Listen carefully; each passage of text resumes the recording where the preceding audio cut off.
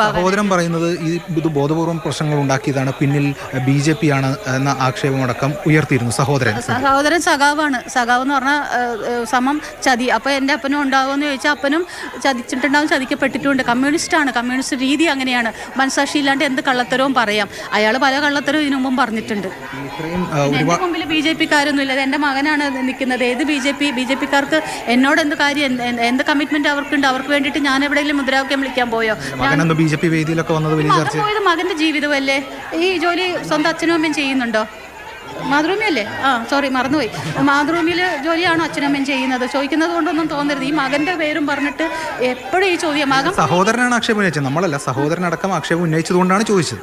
സഹോദരന്റെ ജോലിയല്ലല്ലോ സാധാരണ മകൻ ചെയ്യണത്. സഹോദരൻ വക്കീല്, മകൻ ഓട്ടോമൊബൈൽ എഞ്ചിനീയർ. സഹോദരന്റെ വിശ്വാസവും സഹോദരന്റെ രീതിയൊന്നും അല്ലായിരിക്കുമല്ലോ അദ്ദേഹത്തിന്റെ മക്കളെ. എൻ്റെ മകൻ പോയി എന്ന് പറഞ്ഞ് ഈ നാട് മുഴുവൻ എന്താണ് ഇത്ര പ്രശ്നമാണ്? അതേ ഇരിക്കുന്നല്ലോ മകൻ, അവന്റെ തീരുമാനമല്ലേ അത്. ഇന്ന് ആ മകൻ മാത്രമാണ് എൻ്റെ കൂടെ ഉണ്ടായിരുന്നത് അല്ലേ? ആ മകൻ്റെ കാലിൽ ചവിട്ടി. നിങ്ങളാരും അതെന്താ ചോദിക്കാത്തത്?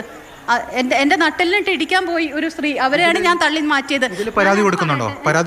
ഇന്നുണ്ടായ സംഭവത്തിൽ താങ്കൾ പരാതി കൊടുക്കുന്നുണ്ടോ? അത് ആലോചിക്കണം, വക്കീലിനോട് ആലോചിക്കണം. എന്നെ ഇവിടെ ഇട്ട് മുതുകിലൊക്കെ തട്ടിയപ്പം എനിക്ക് ഹൈലി പെയിൻ ഉണ്ട്. ഹൈലി പെയിൻ സെൻസിറ്റീവ് ആണ് എൻ്റെ ബോഡി. ഇവനത് അറിയാം. അവിടെ തെക്കും തിരക്കിലും എന്നെ നോക്കാൻ തന്നെയാണ് അവന് ലീവ് എടുത്ത് വന്നിരിക്കുന്നത്. അവന് പുറകെ നിന്നില്ലായിരുന്നെങ്കിൽ ഇന്ന് സ്ത്രീകളെ പുറത്ത് നിർത്തിയതാണ്. ഈ CN മോഹനാണ് ഇതിൻ്റെ പുറകിൽ. CN മോഹനും ഈ സജീവൻ എന്ന് പറയുന്ന സഖാവും കൂടിയാണ് ചെയ്തത്. പെണ്ണുങ്ങളെല്ലാം നിർത്തിയിട്ട് ഈ വൃത്തിയോട് ചെയ്തത്. ആക്രമിക്കാൻ നേരത്തെ ചെയ്ത് നിങ്ങൾ ആരും അതിലോട്ടൊന്നും വരണില്ല. എൻ്റെ മോൻ്റെ കാല് ചവിട്ടി ഞാനവിടെ വീണുപോയി. മാനസികമായിട്ടുള്ള തളർച്ചയും. ഇപ്പോൾ മണി 8:30.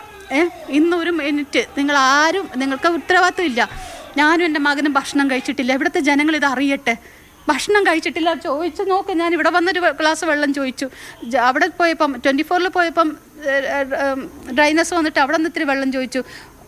അപ്പൻ്റെ അവിടെ വെച്ചിട്ട് ഇത്തിരി വെള്ളം ഞാൻ കുടിച്ചിട്ടുണ്ട്. എൻ്റെ മകൻ അതുകൂടി കുടിച്ചിട്ടുണ്ടോ എന്ന് എനിക്കറിയില്ല. 1 രൂപയുടെ മിഠായി ഞങ്ങൾ ഇന്ന് ഈ നേരം വല്ല കഴിച്ചിട്ടില്ല. ഇനി എങ്ങനെയാണ് ഇതിലിപ്പോൾ അവിടെ കേൾക്കാമെന്ന് പറഞ്ഞിട്ടുണ്ട് മെഡിക്കൽ കോളേജിൽ. ഈ ആവശ്യം തന്നെ ഇത് പറഞ്ഞു തീർന്നില്ല. എൻ്റെ മകനെ ഭീഷണിപ്പെടുത്തി. ചെവിയിൽ ഒരുത്തം വന്നിട്ട് പറഞ്ഞു നിന്നെ കാണിച്ചു തരാടാന്ന്. എന്ത് കാണിക്കാൻ?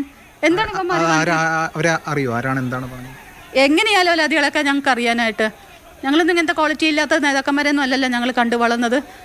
നിങ്ങളാരും അതിലോട്ടൊന്നും പോകണില്ലല്ലോ. നിങ്ങളെല്ലാം ചോദിക്കുന്നത് 2021 എൻ്റെ അപ്പൻ തള്ളി പറഞ്ഞെന്നും പറഞ്ഞൊരു FB പോസ്റ്റ്, അല്ലെങ്കിൽ ഞാൻ ഇന്ന് എൻ്റെ അപ്പനെ കെട്ടിപ്പിടിച്ച് കരഞ്ഞത് അപ്പനെ അവഹേളിച്ചെന്നും പറഞ്ഞിട്ട് ഇത് എന്നെ ആക്രമിച്ചതിലോട്ട് എൻ്റെ മകൻ്റെ കാല് ചവിട്ടി ഓടിക്കാൻ നോക്കിയതോ അവനെ ഭീഷണിപ്പെടുത്തിയതൊന്നും നിങ്ങളാരും നോട്ട് ചെയ്യാത്തത്. അതിലോട്ടൊന്നും വരാത്ത കാര്യം എന്ത്?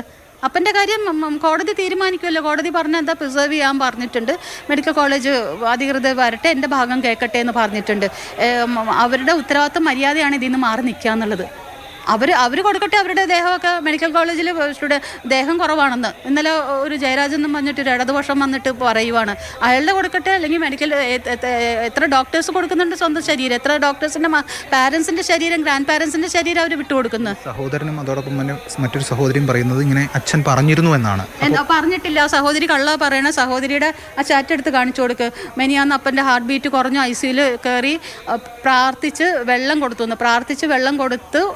ഓഫ് എന്താ ഹാർട്ട് ബീറ്റ് കൂടിയെന്ന് 36 and 72 അവർ ബൈബിളും പിടിച്ചുകൊണ്ട് കള്ളം പറയുന്നത് എനിക്ക് എന്ത് ചെയ്യാൻ പറ്റും? ഒരു മനസാക്ഷി ഇല്ലാണ്ട് ഇങ്ങനെ കള്ളം പറയുന്നവരെ എന്ത് പറയാൻ പറ്റും? ഇത്ര നാളോട്ടും എൻ്റെ അടുത്ത് ഇതൊന്നും പറഞ്ഞിട്ടില്ലല്ലോ. അപ്പൻ ബെഡ്രിഡനായത് 2021 അപ്പം തൊട്ട് അപ്പൻ്റെ ആരോഗ്യം കയറി ഇറങ്ങി വരുന്നുണ്ട്. അപ്പം എവിടെയും പറഞ്ഞിട്ടില്ലല്ലോ ഈ അപ്പനെ ഇങ്ങനെ മരിക്കുമ്പം ഇങ്ങനെ ആയിരിക്കും എന്ന്. ഈ ചേച്ചിക്കെങ്കിലും എന്നോട് ഒന്നും പറയാമല്ലോ. അവരുടെ വീട്ടിൽ ഞാൻ പോയി താമസിക്കാറുള്ളതാണ്. ഇപ്പോൾ കുറച്ച് നാളായിട്ട് പോയിട്ടില്ല. അവർക്കെങ്കിലും പറയാമല്ലോ ഇങ്ങനെ ഒരു തീരുമാനം ഉണ്ടെന്ന്. അവരിങ്ങനെ കള്ളം പറഞ്ഞാൽ എനിക്ക് എന്ത് ചെയ്യാൻ പറ്റും? സ്വന്തം അമ്മയുടെ നന്മ തിരിച്ചറിഞ്ഞത് അമ്മ മരിച്ചു വർഷങ്ങൾ കഴിഞ്ഞപ്പോഴാണ് പറയണത് നമ്മുടെ അമ്മയുടെ നന്മ ഞാൻ തിരിച്ചറിയാൻ പറ്റിയില്ലെന്ന്.